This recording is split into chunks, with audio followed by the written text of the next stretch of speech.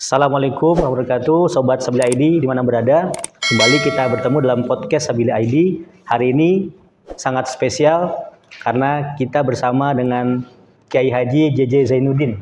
Waalaikumsalam Ustaz. Waalaikumsalam warahmatullahi wabarakatuh. Alhamdulillah. Beliau adalah Ketua Umum dari Persis, Saudara Islam, ormas yang juga sudah lama dan berperan penting dalam kebaikan Indonesia. Hasilnya hari ini kita akan banyak bicara dari isu-isu yang hangat sampai dengan isu-isu yang kita akan gali kemudian. Sebelum kita masuk kepada beberapa tema-tema, ketika Ustadz dilantik sebagai Ketua Persis tahun lalu Ustadz ya, di September 2022, ada yang menarik Ustadz ketika itu Kiai Khalil Nafis, rekan Ustadz di MUI juga menyampaikan tentang apresiasinya dan mengatakan saya kenal dengan beliau dan beliau adalah orang yang luas wawasan juga luas jaringannya gitu. Nah, ini suatu hal yang luar biasa. Mungkin gimana Ustaz dengan mengatakan seperti itu tanggapan Ustaz? Terima kasih. Alhamdulillah wa syukrillah la haula wala quwata illa billah. Mas Wali dan teman-teman sabili.id ya. .id.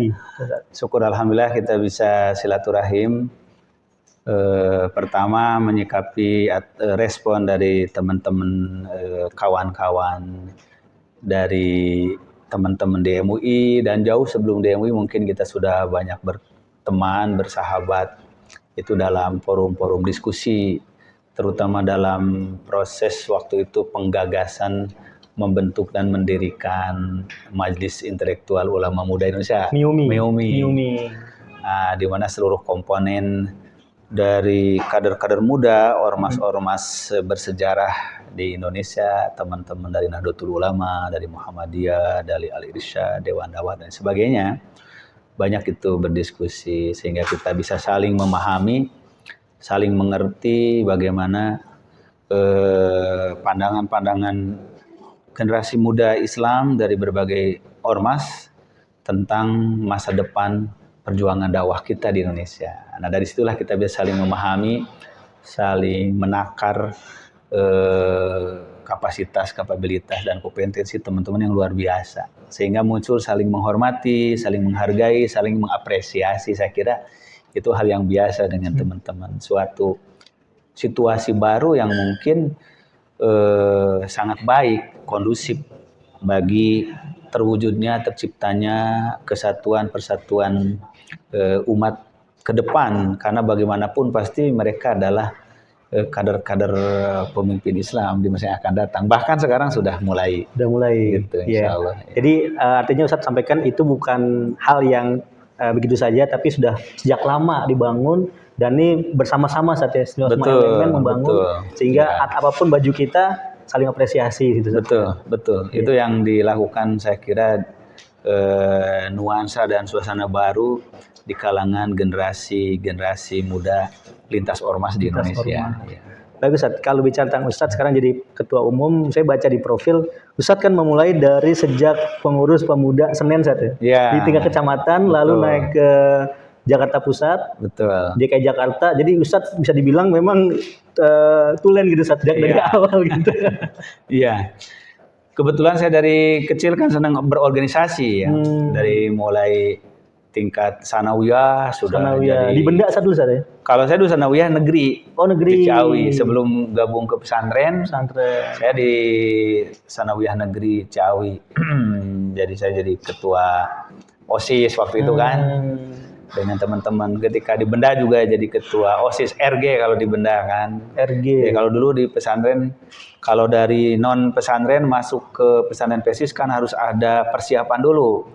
Kalau di tingkat dasar namanya tajhiziyah. Kalau di tingkat menengah diniyah wusto. Jadi saya masuk dulu ke tingkat diniyah wusto, persiapan untuk masuk ke jenjang mu'alimin. Karena memang tadinya dari sanawiyah negeri yang mungkin banyak materi pelajaran yang belum sesuai dan belum siap. Nah, jadi ketika selesai dari pesantren, saya juga melanjutkan ingin studi di Jakarta. Selain formal di lembaga kaderisasi dakwah waktu itu yang dibentuk Pak Nasir ya, Ma'had Ali Lirumid Dakwah Al-Islamiyah atau LPDI, cikal bakal dari STID sekarang LPDI. Kan. Iya. Nah, kita juga kalau siang dan sore hari atau hari libur itu full waktu kita habiskan di Lipia kan.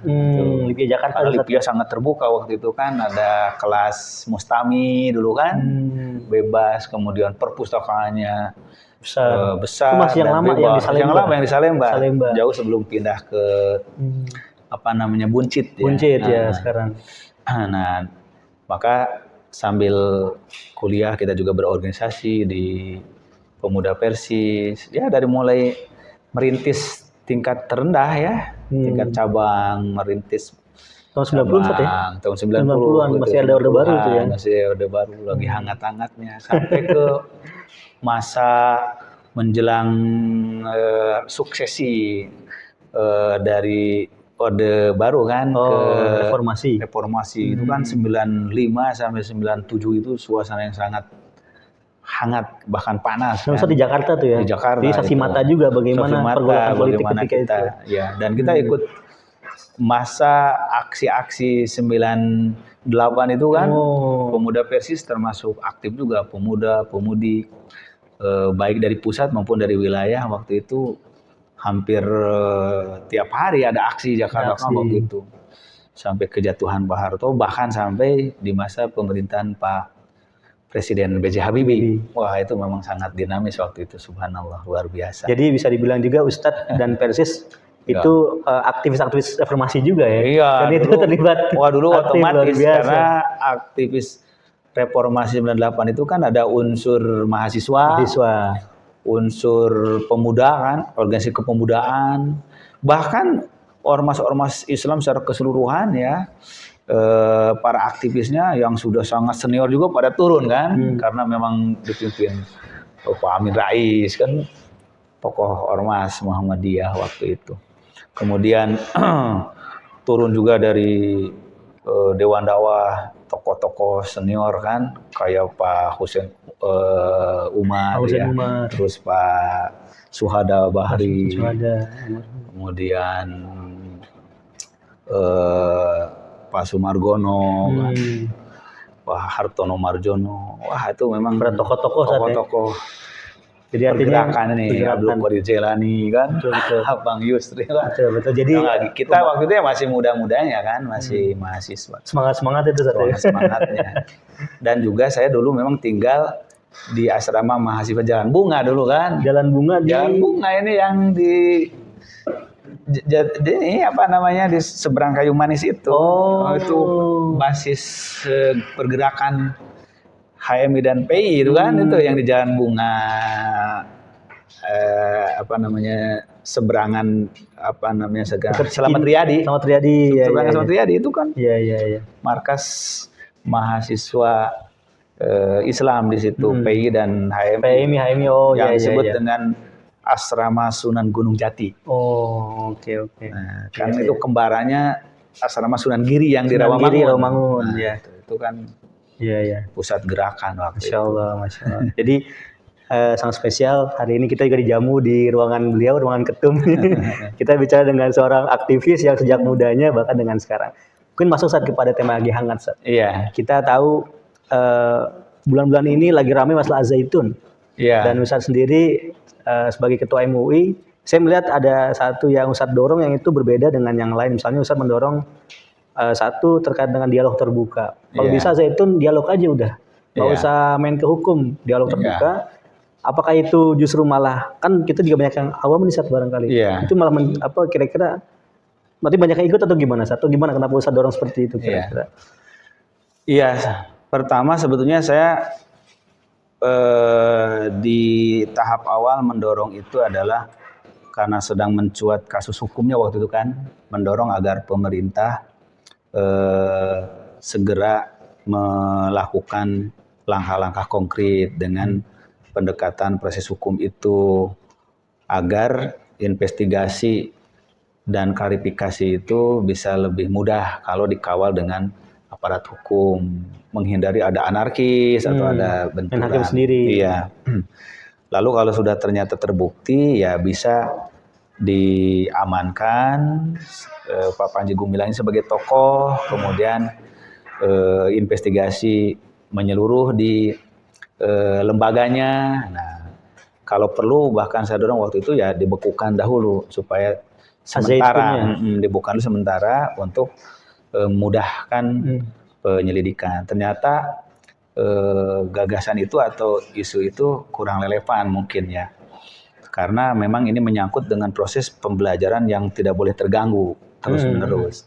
Nah, maka ketika ada upaya investigasi dan klarifikasi tabayun dari tim pengkajian penelitian MUI Pusat, lalu ternyata tidak diterima dengan baik, bahkan dilarang masuk, ditolak. Nah, malah kemudian berbalik menggugat MUI, dilaporkan Waketum MUI Pak Anwar Abbas, Buya Anwar Abbas, bahkan MUI-nya terkait. Nah, maka saya pikir justru itu bukan menyelesaikan masalah, malah makin memperkeruh masalah baru lagi nih muncul. Masalah dan jadi bias ini yang dipermasalahkannya Pak Panji Gumilangnya atau MUI. Nah, ini kan jadi malah kabur masalah. Nah, sehingga wajar kalau ada penilaian dari tim hukum MUI ini pengalihan isu sebetulnya. Karena gugatannya itu secara material, isi gugatannya itu menurut para pakar pidana dan perdata sangat lemah. Sehingga kalaupun itu ditanggapi oleh kepolisian ya tidak bisa dilanjutkan karena isi gugatan sangat lemah. Nah, maka saya usulkan kenapa tidak ngajak dialog saja. Kalau nggak merasa mau diklarifikasi, merasa nggak mau diinvestigasi, karena dengan diklarifikasi seolah-olah dia sudah diponis salah, di pojokan, atau dalam posisi seolah-olah yang diinterogasi menurut pemahaman beliau. Emangnya saya emangnya saya bersalah apa? Emang saya mencuri ayam harus diinterogasi? Ya oke, jangan klarifikasi dan interogasi, dia dialog. Nah, konteksnya dialog. Biar setara. Ayo kita dialog. Punya pikiran apa? Kemudian tunjukkan fakta-fakta yang beredar ya, secara utuh tentunya, bukan potongan-potongan di TikTok atau segala macam. Video, tulisannya, pokoknya kan isi ceramahnya yang utuh, kemudian statement-statement yang utuh, ya tinggal diputar, nah lalu kita dialogkan. Itu sebetulnya diinginkan oleh teman-teman tim MUI, pengkajian di MUI. Makanya itu kan setiap statement satu poin itu ditelusuri sepenuhnya. Lalu kan dibahas di tim pengkajian tuh. Ini secara kaidah ilmiah, tinjauan akidah atau fikih atau yang lain-lain, ada aspek menyimpang tidak atau masih dalam kaidah perbedaan. Nah, gitu. Karena kan ikhtilaf dengan penyimpangan atau penyelewengan berbeda. Gitu. Nah, ini jangan sampai masyarakat diberikan pemahaman yang salah dan rancu bahwa semua yang berbeda itu ikhtilaf dan toleransi harus ditoleransi. Ya tentu itu sesuatu yang salah juga. Ini akan menimbulkan kesalahpahaman di masyarakat. Justru itu akan mendorong kita jadi permisif dan kita jadi liberal, sehingga setiap orang bebas untuk berpendapat apa saja, berkata apa saja, walaupun tidak memenuhi kriteria dan kaidah-kaidah ilmiah, dawabit yang disepakati. Nah, itu yang diinginkan. Makanya karena tidak terjadi dialog tadi, nah komunikasi tadi, akhirnya yang dikaji itu statement-statementnya kan, dari tulisan, dari YouTube, dari TikTok, dari rekaman-rekaman ceramah, khutbah. Nah, sementara kita juga menyadari tentu itu tidak akan seutuh kalau langsung berbicara sehingga bisa dipertanggungjawabkan. Apa yang dinyatakannya, apa yang difikirkannya, apa pendapatnya. Lalu di situ bisa dinilai oleh para ahli, bahkan oleh masyarakat yang memiliki sedikit pemahaman tentang kira-kira yang baik, buruk, benar, salah, berbeda atau menyimpang itu seperti apa. Nah, makanya Kalau memungkinkan ada dialog Dialog. terbuka. Dan itu udah direspon Sat, sama Nah, belum ada respon apapun. Dialog terbuka mau tempatnya umpamanya di MUI, atau mau atau di tempat tempatnya mereka pun mereka atau di tempat yang netral. Oke. Nah, terbuka dalam pengertian terbuka di situ bukan terbuka untuk semua orang lihat atau semua orang ikut diskusi. bebas berbicara, bukan. Tapi maksudnya terbuka itu jangan ada disembunyikan. Oke.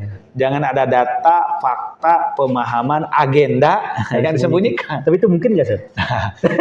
Tapi kalau Itu mungkin menurut nggak, Sat? saya agak berat gitu kan. Dari pihak ke Pak Panji itu. Karena pertama apa yang dinyatakan itu belum tentu sesuai dengan faktanya. Itu pertama kan. Sebaliknya juga apa yang di faktanya belum tentu sesuai dengan yang dinyatakan. Itu record. Nah, Recordnya ada. track recordnya apa? Pertama, ini terlihat dari kontroversi dari para mantan pengikutnya sendiri. Kontroversi dari para mantan muridnya sendiri. Kenapa dalam satu institusi yang sama bisa punya pengalaman berbeda? Akan berarti ada hal-hal yang tidak semuanya transparan disampaikan. Sehingga ada dugaan kuat di kalangan pengkaji Al-Zaitun itu, bahkan di para mantan alumni sendiri, memang menggunakan double standar. Bahwa kalau yang datangnya antum, umpamanya ya yang dibicarakannya Status ini. quo lah ya. Fasilitasnya ini. Gitu. Tapi kalau datangnya orang lain, beda ini. lagi. Sehingga sama-sama di tempat itu, belajar di tempat itu, tapi pengalaman bisa beda. Okay. Dan itu terjadi di banyak orang.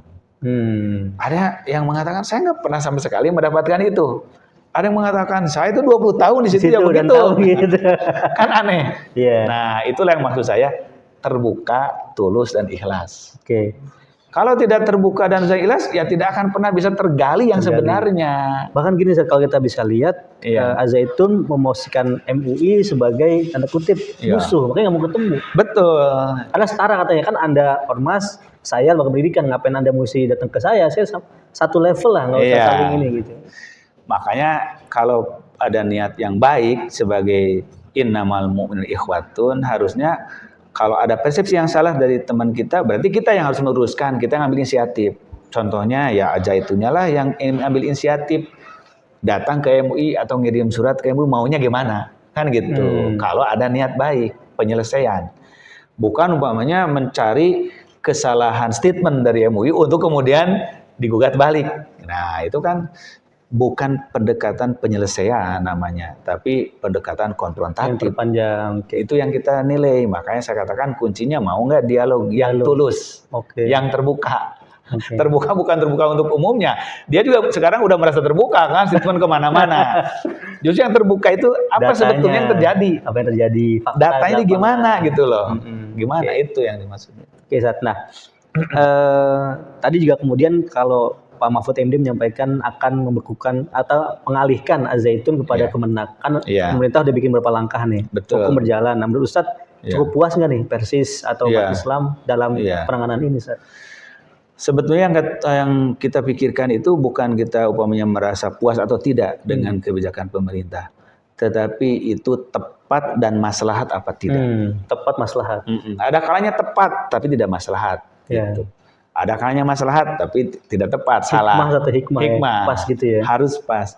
Kebijakannya harus tepat dan dampaknya baik, itu maslahat. Kenapa? Karena di situ kan ada dua aspek yang tidak bisa dipisahkan, tetapi bisa dibedakan.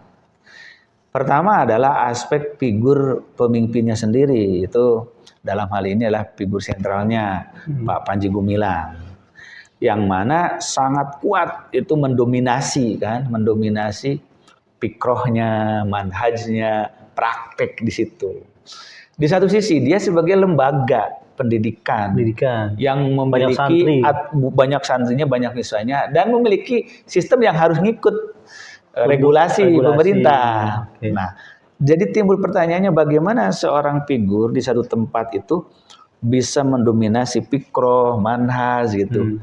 Sementara sistem juga tetap berjalan gitu, sehingga ketika ada pengawasan, ada pengontrolan, lolos kok ini benar nih kan itu. Itulah maksud saya, ini di mana letak ketidakterbukaannya itu gitu. Kok bisa menurut verifikasi formal, prosedural, administrasi benar, sesuai, bahkan konon katanya akreditasinya Ah, A unggul, Unggul, bukan ya. A lagi tapi A unggul. Karena terbesar se Asia Tenggara. Terbesar Ustaz. Asia Tenggara. Tapi di satu sisi ada data-data, fakta-fakta yang dikemukakan oleh para alumninya, para aktivisnya yang sudah menyadari. Saksi lah ya, saksi lah. pelaku-pelaku Nggak di begitu situ. kok gini. Nah, kan aneh. Dua hal ini harus dipisahkan. Maka usulan saya, pisahkanlah gitu, bedakanlah gitu kasus ini. Sebagai tokoh diselesaikan dulu. Apakah ada unsur pidananya, apakah ada unsur perdatanya, apakah ada unsur penyimpangan, penyelewengan terhadap agama atau tidak. Ini diselesaikan dulu. Hukumnya berjalan. Nah, inilah pendekatan MUI bisa bantu di situ kan, dari aspek menelusuri fikrohnya, manhajnya secara pribadi. Nah, sedangkan secara aspek hukum, legalitas, formalitas yang terkait dengan lembaga pendidikan, institusi, yayasan, dan segala macam, itu dikaji dari aspek hukumnya. Nah, ini harus berjalan dua-duanya. Lalu nanti diketemukan mana kebijakan yang tepat dan maslahat. Maslahat untuk negara, untuk juga warga Al-Zaitun. Karena kita yakin dari sekian ribu umpamanya yang ada di situ, banyak juga yang tidak tahu masalah sebenarnya kan. Iya. Lalu kalau mereka kemudian jadi korban atas pembekuan secara permanen, kemudian serampangan, lalu tidak ada langkah yang konkret penyelamatan sivitas akademikanya, institusinya, nah, tentu juga akan merugikan. Karena ini kan juga para pemuda calon masa depan juga sih. Iya betul. Nah mereka juga harus dipikirkan nasib karir pendidikan mereka, karir masa depan mereka. Nah, jadi inilah yang saya katakan harus tepat dan maslahat gitu. Jangan sampai umpamanya terlalu kuat dimensi politisnya sehingga kebijakan itu akhirnya jadi ngambang lagi, tidak ada solusi, akhirnya dianggap selesai, diredah ngambang, nanti akan muncul lagi. Nah, Ustaz berarti tadi kita khawatirkan. Ada unsur politis. Ustaz emang di sini kental nggak, Ustaz? Unsur politiknya? Karena kan pemilu nih sekarang. Betul. Saya kira dari awal berdirinya dan terus proses perjalanannya itu kalau kita telusuri ya dokumen-dokumennya atau file-file perjalanan di Al-Zaitun memang sangat kental dengan keterkaitan tokoh dengan tokoh politik dan isu-isu politik. Makanya setiap ada event politik nasional seperti pemilu, pasti tiba-tiba ada unsur. Kita masih ingat bagaimana tahun 2009 kan, penggelembungan suara, ada permasalahan pemilu di situ. Nah, jadi artinya dari track record-nya memang ada unsur-unsur politis yang sangat kuat yang terlibat di dalamnya. Nah, itulah mungkin yang harus diselesaikan oleh pemerintah kan gitu. Menurut Ustaz sendiri dari Persis dan Ormas Islam, yakinkah masalah ini bisa clear sampai tuntas? Atau tadi Ustaz sampaikan kayaknya mengambang atau gimana Ustaz? Masalah ini kira-kira? Kalau dari segi keyakinan kita, harapan kita, sebetulnya semua perangkat dan prosedur hukum itu telah tersedia. Perangkat keagamaan sudah ada MUI, ada Kemenak, ahli-ahli untuk bisa menyelesaikan dengan cara yang baik. Dari perangkat hukumnya sudah, tinggal persoalannya adalah dari goodwill pemerintahnya. Mau apa sebetulnya ini ya. Nah, jadi kemauan politik sebetulnya, political will dari pemangku kebijakan untuk menyelesaikannya mau tuntas atau mau setengah-tengah atau mau ngambang. Nah, itu kembali lagi kepada pemangku kebijakan. Tetapi kalau dari pemangku amanah umat dalam hal ini seperti MUI sebagai pemegang amanah hirasatul din, hirasatul ummah, hirasatul daulah kan, menjaga umat, menjaga agama, menjaga negara ya pasti bagaimanapun kondisi apapun akan memberi penjelasan pada umat. Umpamanya kalau ada ikhtilaf pemahaman, oh ini masih ditolerir, ada kok dalam Islam referensinya, madhab-madhabnya. Kalau ini oh sudah jelas nggak ada satupun referensinya, itu penyimpangan. Ya masalah nanti mereka nerima atau tidak, umat menjadi seperti apa, tugas tanggung jawab lembaga ulama yaitu menyampaikan ke umat. Sehingga tidak lagi tanggung jawab di hadapan Allah, kami telah menyampaikan ya Allah. Kalau para nabi saja tugasnya adalah wa ma alaina ilal balagul mubin kan, apalagi tugas ulama. Nah, tetapi umat yang harus dididik siapa yang harus diikuti dan siapa yang tidak boleh diikuti kan, jangan asal mengikuti. Nah, maka kalau dilihat dari perangkat yang tersedia dan aparat yang ada, ya kita sangat mungkin dan memang harus kan kompeten itu. juga dan kompeten. Dan kalau dilihat sekarang kan namanya sudah kompak kan, dari mulai dari Menteri, dari Wapres, Menko Polhukam, polisi pun gerak juga, kemudian Mabes Polri. Namanya sudah lengkap. Jadi tinggal satu lagi nih, mau atau nggak mau nih pemerintah nih? Mau gitu. Oke, berarti ini juga kita lihat saat ya jawaban nanti gimana nih proses ini.